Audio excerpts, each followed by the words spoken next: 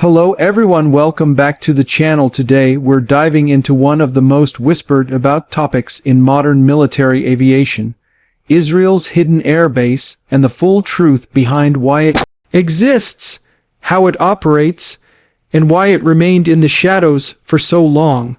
For decades, Israel has been known for its advanced air power, elite pilots, and cutting-edge technology. But what many people don't realize is that not all of this capability is visible on the map. Some facilities are designed not to be seen, not to be discussed, and not to be acknowledged, at least not officially. The idea of a hidden air base instantly sparks curiosity, because air bases are usually massive, loud, and impossible to hide. Runways are long, aircraft are noisy, and military traffic leaves traces, yet Israel managed to keep parts of this capability largely out of public focus. To understand why, we need to look at Israel's unique security environment. Israel is a small country surrounded by potential threats, with very limited strategic depth. That means its air force must be ready to respond within minutes, survive surprise attacks, and continue operating even if primary bases are damaged. This is where the concept of concealed or hardened air bases becomes critical. A hidden air base is not just about secrecy, it is about survivability. If an enemy knows exactly where every aircraft is parked, where every runway lies, and where command centers are located, those become prime targets in the first minutes of a conflict. Israel learned this lesson early in its history. Past wars showed that air superiority could decide outcomes quickly, but only if aircraft could get airborne and stay operational. So Israel invested heavily in redundancy, deception, and protection. Some air bases were designed to look like ordinary infrastructure from above. Others were partially built underground, using natural terrain to mask entrances and facilities. In some cases, what appears to be a quiet stretch of desert or an industrial zone may hide reinforced hangars beneath the surface. This doesn't mean the entire base is invisible, but its most critical components are shielded from easy detection.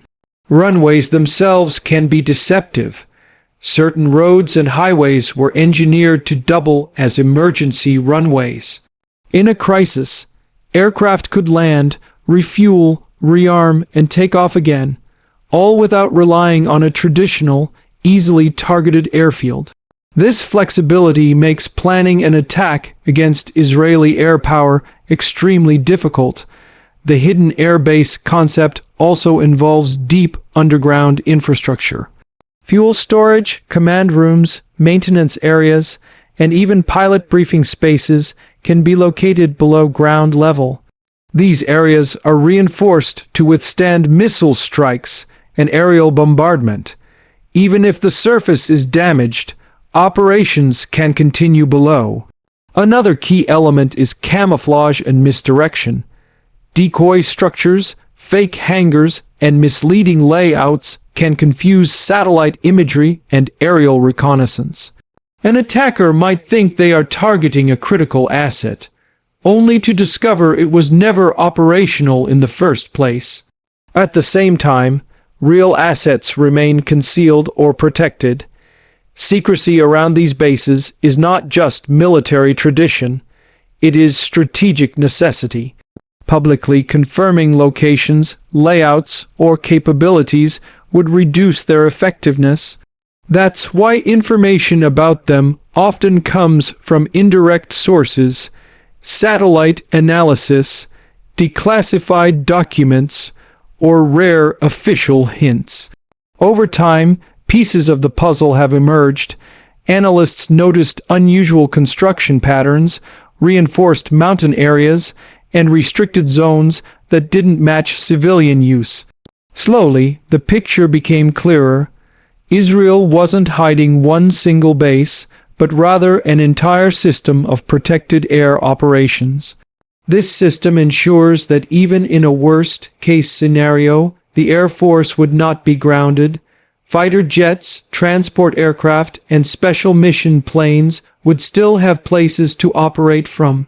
This is especially important given Israel's emphasis on preemptive and rapid response strategies. Speed is everything. If aircraft can be dispersed, hidden, and protected, they can strike quickly and unpredictably. That unpredictability acts as a deterrent. Potential adversaries must assume that even a successful first strike would not eliminate Israel's air power. Another aspect often overlooked is training. Pilots and ground crews train regularly for operations from unconventional or concealed locations.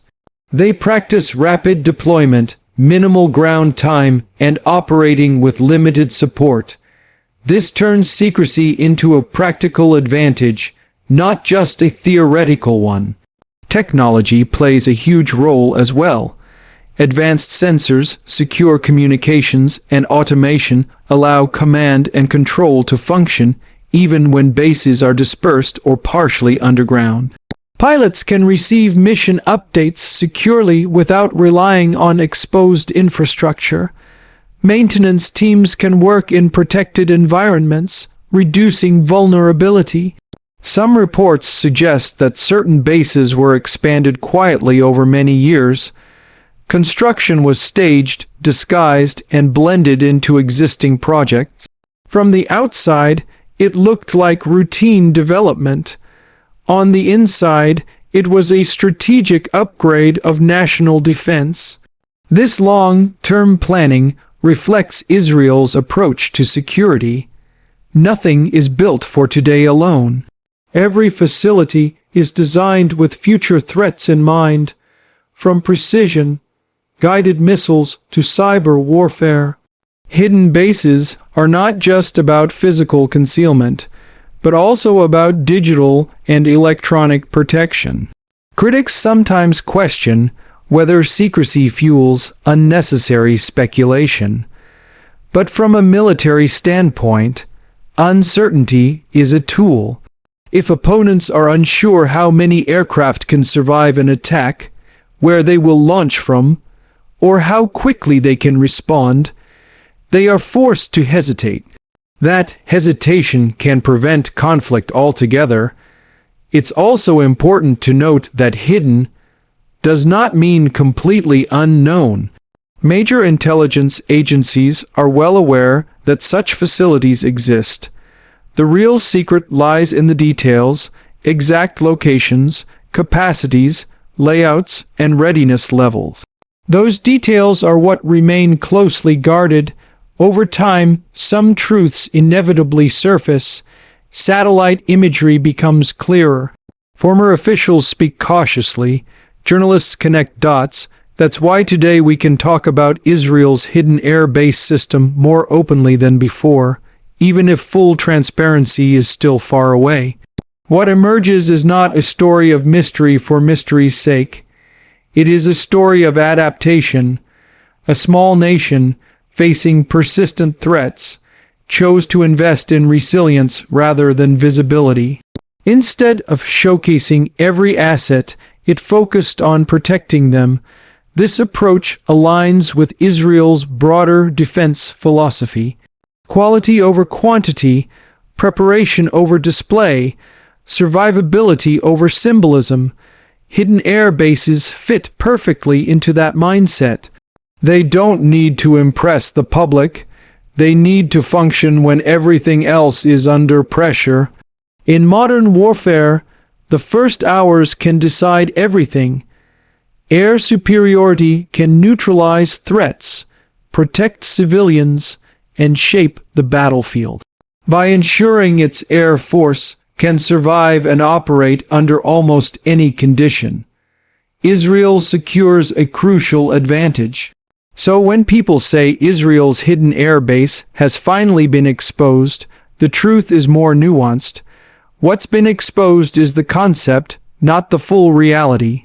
We now understand the strategy, the reasoning, and the general methods, but the most sensitive details remain exactly where they are meant to be, out of sight and out of reach.